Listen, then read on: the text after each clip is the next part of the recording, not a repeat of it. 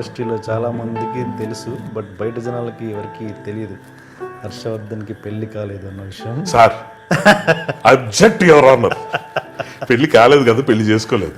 సరే పెళ్లి చేసుకోలేదు, సరే పెళ్లి చేసుకోలేదు. ఓకే, పెళ్లి సేమ్ సేమ్ కాదండి, రెండింటికి చాలా. ఇందాక రమణ చెప్పింది పెళ్లి కాలేకపోవడం, ఇప్పుడు నేను చెప్తుంది పెళ్లి చేసుకోకపోవడం. ఓకే, పెళ్లి కావాలనే చేసుకోలేదు హర్షవర్ధన్, ఎందుకు? దాని వెనుక ఉన్న కథ ఏంటి? కథ లేకపోవటమే కదండి. అంటే నా ఉద్దేశం ఏంటంటే, మామూలుగా ఒక అన్ఎంప్లాయ్తో ఉన్న పర్సన్, నిరుద్యోగంతో ఉన్న పర్సన్ పెళ్లి చేసుకోలేదు, రకరకాల హెల్త్ ప్రాబ్లమ్స్ ఉన్నాయి, ఏదో కారణాల వల్ల పెళ్లి చేసుకోకపోవడం అన్నది. బట్ సక్సెస్ఫుల్గా కొనసాగుతున్న హర్షవర్ధన్ ఎందుకు పెళ్లి చేసుకోలేదు? సత్యనారాయణ గారు, అసలు నేను మీరు ఈ క్వశ్చన్ అడగకపోతే ఎంత బాగా ఆన్సర్ చెప్పలేకపోతున్నాను. ఎందుకో చెప్తా. మీరు ఏమన్నారు, సక్సెస్ కానివాడు చేసుకోకపోవడంలో కరెక్ట్గా ఉంది, సక్సెస్ అయినోడు చేసుకోవటం ఏంటి తప్పు, సక్సెస్ అయినోడు ఎందుకు చేసుకోలేదు? ఓకే, ఇది కదా క్వశ్చన్. ఫస్ట్ ఆఫ్ ఆల్ ఆ క్వశ్చన్లోనే ప్రాబ్లం ఉంది సార్. సొసైటీ ఇలాగా ఆలోచిస్తుంది. మీరు కాదు, మీరే కాదు. ఏంటంటే సక్సెస్ అయిపోయాడు, డబ్బులు సంపాదిస్తున్నాడు, నెలకి ఎంత వస్తుంది కాబట్టి నేను పెళ్లి చేసేయాలి. ఏది ఇంకా ఒక అడుగు ముందుకేసి అడుగు ఇప్పటికి సెటిల్ అయిపోతే ఏమంటారు అంటే, పెళ్లి చేసేటం గురించి. ఇటు పెళ్లి అయితేనే సెటిల్ అవుతాడేమో, ఉద్యోగం సంపాదిస్తాడేమో అని చేస్తారు. మనం మ్యాక్సిమం ఈ రెండు ఉంటాయి సార్ ఈ సొసైటీలో. ఇప్పుడు coming back to the thing, Harsha అన్నవాడు పెళ్లి చేసుకోకపోవటం వల్ల వచ్చిన కష్టం ఏంటి, సమాజానికి వచ్చిన నష్టం ఏంటంటే ఎవరి దగ్గర ఆన్సర్ లేదు. కానీ పీపుల్కి ఏముంటుందంటే, ఏంటి ఎందుకు చేసుకోలేదు అంటే, పెళ్లి చేసుకోకపోవడం అన్నది మహా గమ్మత్తైన పాపం. వీడు బాబా కాదు, స్వామీజీ కాదు, లేకపోతే ఈడ మతం పుచ్చుకోలేదు, లేకపోతే అయ్యప్ప స్వామి మాల అంటే మాల కూడా కాదు, ఇది కరెక్ట్ ఎగ్జామ్. బట్ ఏమన్నా వీడు బ్రహ్మచర్యం తీసుకున్నాడా, అలాంటి రీజన్ ఏమన్నా అంటే అంత పెద్ద రీజన్లు ఉండాలా? First question. పెళ్లి చేసుకోవడంలో వచ్చిన నష్టం ఏంటి? అది పెళ్ళి ఎందుకు చేసుకోవాలి? ఎందుకు చేసుకుంటారంటే, మెజారిటీ అందరూ చేసుకుంటున్నారు కాబట్టి. తోడు కావాలి అనుకుంటారు. దేనికి తోడు? పెళ్లి చేసుకున్న ప్రతి ఒక్కడు 2 రోజులో 5 రోజులో వాట్ ఎవర్ ఆ స్టిపులేటెడ్ టైం, వాడి ఇంట్రెస్ట్ లెవెల్స్, ఆ అమ్మాయి తాలూకు అట్రాక్షన్ పవర్ మీద ఆధారపడిన విషయం. ఆ పర్టికులర్ టెన్యూర్ దాటిన తర్వాత ఆడు చేసేది ఏంటి? ఆఫీస్ నుంచి ఫ్రెండ్స్, ఇంటికి కూడా రాడు, మొహం కడుక్కోవడానికి కూడా, టీ తాగడానికి కూడా రాడు.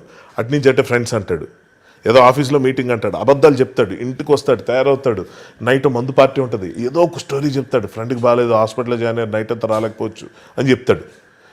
మార్నింగ్ వచ్చేసరికి పర్ఫ్యూమ్ వాసన వచ్చేస్తుంది ఫుల్గా. ఫైట్ అంటే అందరికీ ఇలా అవుతాయని కాదండి. నేను చెప్పొచ్చేది ఏంటంటే, పెళ్ళికి ప్రాపర్ అండర్స్టాండింగ్ లేదు ఎవరికి కూడా. అందరు చేసుకుంటున్నారు కాబట్టి చేసుకోవాలి. బేసిక్గా ఫస్ట్ థింగ్ బయాలజికల్ నీడ్ అండి, ఫిజికల్ రిక్వైర్మెంట్ కోసం చేసుకుంటారు, సెక్స్, అదే మెయిన్ రీజన్. ఓకే, దానికి లింక్ ఏంటి? పిల్లలు, నెక్స్ట్ ఆఫ్ స్ప్రింగ్, మన తరం ఏమైపోవాలి, మన వంశం. పెద్ద పెద్ద పెద్ద వంశాలు పుట్టిన వాళ్ళు ఇప్పుడు ఏమయ్యారో ఎవరు తెలియదు. ఇప్పుడు మనం చెప్పుకుందాం, ఫర్ ఎగ్జాంపుల్ పెద్ద పెద్ద లీడర్స్, ఎప్పుడో ఎందుకు హిస్టారికల్గా అక్బరు అక్కడ దాకా వెళ్ళక్కర్లా, మహాత్మా గాంధీ వారసులు ఎవరు తెలుసుకోవాలని గింజు చేస్తాం. అది ఎక్కడో ఇంటర్నెట్లో 1800 ఫోటోలు ఉంటాయి. ఆ కూతురు పుట్టినాడు, కొడుకు పుట్టినాడు, వాడికి పుట్టినాడు, వీడు పుట్టినాడు, ఈ ఇళ్ళు గాంధీ గారి వంశాన్ని. మనం మ్యాక్సిమం ఏం ట్రై చేస్తాం, ఆయన పోలికలు ఎవరికైనా ఉన్నాయా అని. ఆబ్వియస్గా ఆయన సన్నగా ఎవరు ఉండరు, అంత ఇమేజ్తో బాగా బ్రహ్మాండంగా బతుకుతూ వాళ్ళు ఒక గాంధీ గారి మనవడు ఒక ఆయన, నాకు తెలీదు, ఊరికే ప్రెజ్యూమ్ చేసి ఒక బిజినెస్ టైకూన్ అయి ఉంటాడు, లేకపోతే ఇంకోటి ఎవడో అయి ఉంటాడు, ఇంకోటి సినిమా యాక్టర్ అయి ఉంటాడు. మనకు అసలు ఆ కనెక్షన్ అర్థం కాదు. మహాత్మా గాంధీ తాలూకు వారసులు ఎవరు? ఈరోజు మహాత్మా గాంధీ అంత గొప్ప పనులు చేయకపోవడం పక్కన పెట్టి కనీసం రాజకీయ రంగం దగ్గరగా లేరని కూడా అర్థమవుతుంది. ఇంకెందుకంటే ఆ వారసత్వం. ఈరోజున్న మహా లీడర్స్ తాతల దాకా పక్కన పెట్టండి, కనీసం తండ్రి కూడా ఆ పొజిషన్లో ఉండడు. కనీసం వీడు పాస్ట్లో కాలేజ్ డేస్ నుంచి కూడా వాడికి ఆ రికార్డ్ ఉండదు, ఏంటి ఒక లీడర్గా ఉంటాం అన్నది. ఎక్కడి నుంచో టీ కాసుకున్నాడే వాళ్ళు ప్రైమ్ మినిస్టర్ అయిపోయాడు. ఇంతకన్నా ఎగ్జాంపుల్స్ ఏం కావాలి? సో వారసత్వం అనేది మనం ruled out. Okay, love affection అనేది ఇందాక నేను చెప్పిన ఎగ్జాంపుల్. ఇది కాకుండా ఇది చెప్పేది ఏంటి, చాలామంది ఏమడుగుతారు, పెళ్లి చేసుకోలేదు, నన్ను అడుగుతుంటారండి మామూలుగా, ఎందుకు చేసుకోలేదంటే అది ఆన్సర్ చెప్పను యూజువల్గా. ఇది మనం కొంచెం ఎలాబరేటెడ్ మాట్లాడుకునే ప్రోగ్రామ్ కాబట్టి ఇక్కడ చెప్తున్నా.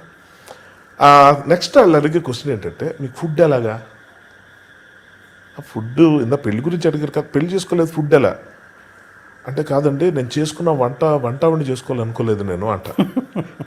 అందులో సెటర్ అర్థం అవుద్ది, వాళ్ళకి కాలుతుంది, అరే ఎదవా సెటర్ కౌంటర్ వేస్తావా, నీకు ఉందాగు, కానీ మనసులో పెట్టుకుంటా బయటకు అంటారు. అది కాదు హర్ష గారు, మామూలుగా ఫుడ్ అన్నది ఎలాగా మీకు, నేను వండుకుంటాను.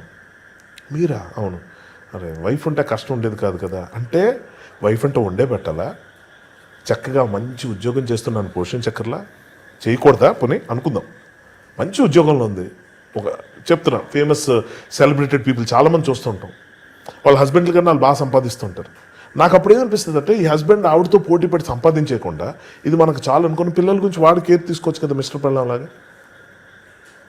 ఎందుకు ఆ డిజైన్ ఎక్కడి నుంచి వచ్చింది? హాలీవుడ్ సినిమా, ఇండియన్ కల్చర్ కాదు సార్. మన సినిమాలో సీరియల్స్ చూసినప్పుడు కూడా నాకు ఇదే అనిపిస్తుంది, ఓహో అమెరికాలో కూడా ఇంతేనా, ఇంగ్లాండ్లో కూడా ఇంతేనా? వైఫ్ అండ్ హస్బెండ్ ఒక సాఫ్ట్వేర్ కంపెనీస్లో సీఈఓల కింద పనిచేస్తుంటారు, టాప్ ఒక 200 ఫ్లోర్స్ నుంచి దిగి కార్లకి చక్క అక్కడ వరకు సూట్లు, ఇక్కడికి వచ్చి డ్రెస్సులు అన్నీ మార్చుకున్న వైఫ్ కిచెన్లోకి వెళ్తుంది, ఈ టీవీ ముందు బీర్ బాటిల్ పట్టు కూర్చుంటాడు. అంటే ప్రపంచంలో ఎక్కడైనా ఇదే డిజైనా అంటే? ఇప్పుడు మానే కొన్ని పద్ధతులు, కానీ ఇది నమ్ముతారండి పబ్లిక్. సో ఇటువంటి ఫార్మాట్ ఉన్న సొసైటీలో నాలాంటి వాడు ఆన్సర్ చేయటం అన్నది ఇదివరకు కొంచెం కష్టంగా ఉండేది, కానీ ఇప్పుడు మారిపోయినాయి టైమ్స్.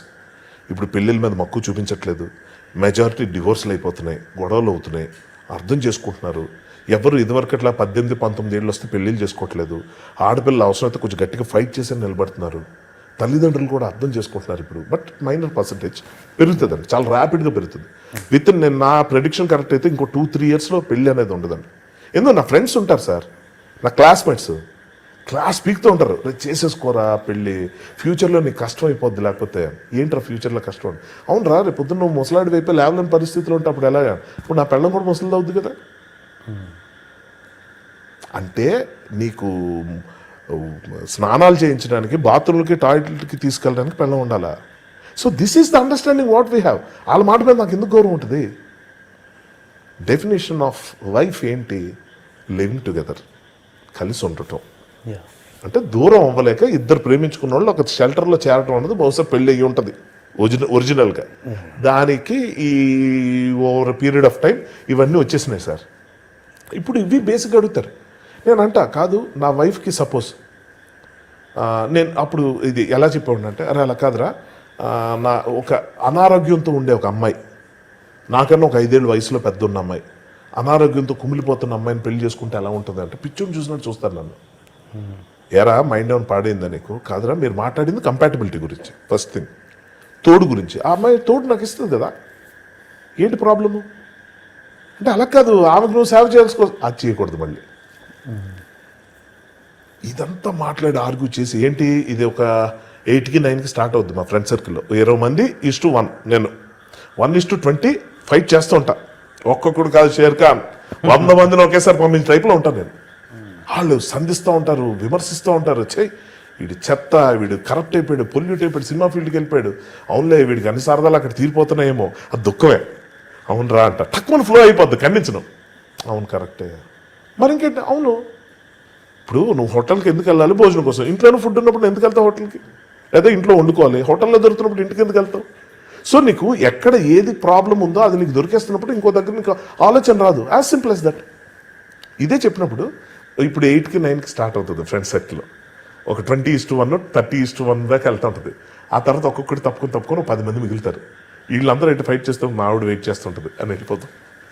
ఈ 10 మంది లాస్ట్లో కూర్చున్న వాళ్ళండి బాటిల్స్ ఖాళీ చేశాక, అరే అన్నయ్య చేసుకోకరా, ఏం రివర్స్ అవుతారు సడన్గా, ఏంట్రా చంపేస్తావురా చేసుకున్నావు అంటే, మేమందరూ ఎలా ఉండాలనుకుంటున్నావు అలా ఉన్నావురా నువ్వు, ఇది నీ టాలెంట్ అంటే నన్ను నమ్మను. ఎందుకంటే నువ్వు లవ్వులు చేసావు, పెళ్లి చేసుకుందాన్ని అంటపడ్డావు, అవన్నీ తెలుసు వాళ్ళకి. అవన్నీ అవ్వలేదు నీకు, అన్నీ సుడి అలా ఉంది. మా అందరికి ఐజ్ వచ్చాయి. లవ్ చేసుకున్న వాళ్ళతో పెళ్లి అయిపోయింది, అరేంజ్ చేసుకున్న వాళ్ళతో అయిపోయింది, మేము చాలా హ్యాపీగా ఉన్నామని భ్రమంలో బతికేస్తున్నాం సార్. ఒక డెసిషన్ తీసుకున్న తర్వాత, ఏ ప్రొడ్యూసర్ కూడా ఫెయిల్ అయిన తర్వాత అండి, సినిమా భాషలో చెప్తున్నాను, ఒక సినిమా తీసిన ప్రొడ్యూసర్ ఆ సినిమా ఫెయిల్ అయిన తర్వాత మీరు వెళ్ళి, ఫర్ ఎగ్జాంపుల్ TNR వెళ్ళి, నేను హర్షాన్ ప్రొడ్యూసర్ని, ఒక 50 కోట్లు పెట్టే సినిమా తీసి 5 రూపాయలు కూడా రాలేదు సార్, ఫ్లాప్ అయింది. మీరు నా దగ్గరికి వచ్చారు ఒక జర్నలిస్ట్ లాగా, ఫ్రెండ్ లాగా ఎలాగో వచ్చారు. ఏంటి హర్ష, ఏంటో సినిమా చెత్త స్టోరీ, బుద్ధి లేదు, ఎలా తీసుకున్నావు సినిమా అది ఇది అంటే, నేను సర్లేదు అయిపోయింది, ఏంటో కర్మ, డైరెక్టర్ దెబ్బ కొట్టాడు, హీరో ఇలా చేశాడు, ఆ హీరోయిన్ రా అసలు సమస్య ఏదో చెప్తా. ఇలా కాకుండా ఒక్కసారి ట్రై చేసి చూడండి. అదే ప్రొడ్యూసర్ దగ్గరికి వెళ్ళి, సార్ కథ అద్భుతం సార్, అసలు జనమే కరెక్ట్గా అర్థం చేసుకోలేదు, ఇలా తీయడం దగ్గర ప్రాబ్లం అంటే హ్యాపీ ఫీల్ అవుతాడు. ఎందుకంటే అండి వాడికి ఆల్రెడీ 50 కోట్లు చేతులు కాలిపోయి, డబ్బులు పోవడంతో పాటు అవమాన భారంతో ఉన్నాడు. ఇప్పుడు వాడికి మీరు ఇచ్చే ఆ కాస్త ఓదార్పు ఏంటి, నీ డెసిషన్ రాంగ్ కాదు, సో సినిమా అన్నది చాలా మందితో రిలేట్ అయిన విషయం. సో అది పోవటం కనుక నీ ఒక్కడ హస్తం లేదన్న ఒక్క మాట ఊరటండి చాలా హ్యాపీ ఫీల్ అవుతాడు. అవును టీనర్ ఇట్లా జరిగింది, నా స్టోరీ మంచిదని చెప్పినప్పుడు ఒకలాగా, తీసినప్పుడు ఒకలాగా ఏవో చెప్తాడు. తర్వాత అది ఎంత నిజమో పక్కన పెడదాం. బట్ ఇవన్నీ ఉంటాయి. So reasons we try to find out అండి. మన డెసిషన్ రాంగ్ అన్న ఫీలింగ్ మనం తట్టుకోలేక పెళ్ళిని సమర్థిస్తుంటాం. ఫ్రెండ్స్ అందరూ ఏది ఆల్మోస్ట్ 3 o'clock నైట్కి వాళ్ళ వర్షన్స్ మారిపోతాయి టోటల్గా. రే నువ్వు ఇలాగే ఉండు, నువ్వు మార్కు, నువ్వు చేసుకోకు, ఇలాగే ఉండు, హ్యాపీగా ఉండు, బాగా కెరియర్ బాగా చూసుకోరా, డబ్బులు సంపాదించుకో, బాగా హ్యాపీగా ఉండు, కాకపోతే ఇంతే, హెల్త్ చూసుకో, ఇవన్నీ చెప్తా. అంటే ఆ నిమిషం వాళ్ళు మాట్లాడేదే కన్సర్న్ అండి. వద్దురా బాగున్నావు, ఇలాగే ఉండు, హ్యాపీగా. మా గ్రూప్ ఫోటోలు పెడితే ఎవరికి పెళ్ళి అవ్వలేదంటే ఎవరేం చెప్తాడు, నువ్వని తెలుస్తావు. ఇంకా మా అందరికీ అసలు నువ్వు మా ఫ్రెండ్ అంటే ఎవరు నమ్మరు. అంకుల్ వాళ్ళ పిల్లలు చెప్తారంట, అంకుల్ ఏంటి ఎంత ఎంగా ఉంటారు, నువ్వేంటి ఎంత ఓల్డ్గా. అరే ఆడికి పెళ్ళి అవ్వలేదు, ఆడ రెస్పాన్సిబిలిటీస్ లేక అలా ఉన్నాడు. వాళ్ళు కూడా కొంచెం వెయిట్ తగ్గితే ఇంకా మోసం చేసేయచ్చురా జనాన్ని, నీ ఏజ్ ఎవరికి చెప్పునక్కర్లేదు. అసలు ఏజ్ ఇస్ జస్ట్ నెంబర్. నాకేంటి ప్రాబ్లము, కంపాటబిలిటీ ఉండట్లేదు పెళ్ళిలో, అండర్స్టాండింగ్ ఉండట్లేదు. మీరు చెప్పిన ఈ ఇన్సూరెన్స్ పాలసీ లాగా ఈ రోజు నువ్వు పిల్లల కంటే 30 ఏళ్ళ తర్వాత వాళ్ళు వచ్చి నిన్ను ఆదుకుంటారు, ఎక్కడుందండి ఆ పరిస్థితి? అంటే నేను అనేది ఏంటంటే చూసుకుంటున్న పిల్లలు ఉన్నారు, కంపాటబిలిటీస్ ఉన్న జంటలు ఉన్నాయి, ప్రాపర్ అండర్స్టాండింగు లేకపోతే మంచి హార్మోనీ లీడ్ చేస్తున్న ఒక అజ్ఞానంతోనో ఒక దీంతోనో ఒక హ్యాపీగా ఉంటే కపుల్స్ ఉంటున్నారు, కాదంట్లా. నేనేమంటున్నానంటే ఈ రీజన్స్తో పెళ్ళి వద్దంటున్నా. నాకు రీజన్ ఆఫ్ పెళ్ళి ఈజ్ డామ్ ఇరిటేటింగ్. ఈ అమ్మాయిని చూడగానే అరే ఈ అమ్మాయితో ఉందాం, ఈ అమ్మాయి టార్చర్ పెట్టినా భరిద్దాం, ఈ అమ్మాయి నన్ను హింస పెట్టినా భరిద్దాం అన్నంత ఫీలింగ్ కలగాలి. నా జీవితంలో దొరికిన వాళ్ళందరూ నన్ను ప్రేమించిన వాళ్ళే దొరికారు, ఎందుకంటే ఎవరు చేసుకోలేదు కాబట్టి. వాళ్ళు హ్యాపీగా ఏదో రీజన్తో నాకు దూరం అయిపోవటం, ఏదో ఒక రీజన్తో లవ్ ఫెయిల్ అనిపించుకోవటం, ఆ తర్వాత వాళ్ళు పెళ్ళిళ్ళు చేసుకున్న తర్వాత ట్రస్ట్ మీ దేశంలో ప్రపంచంలో డిఫరెంట్ ప్లేసుల్లో ఉన్నారు, they are good friends now to me.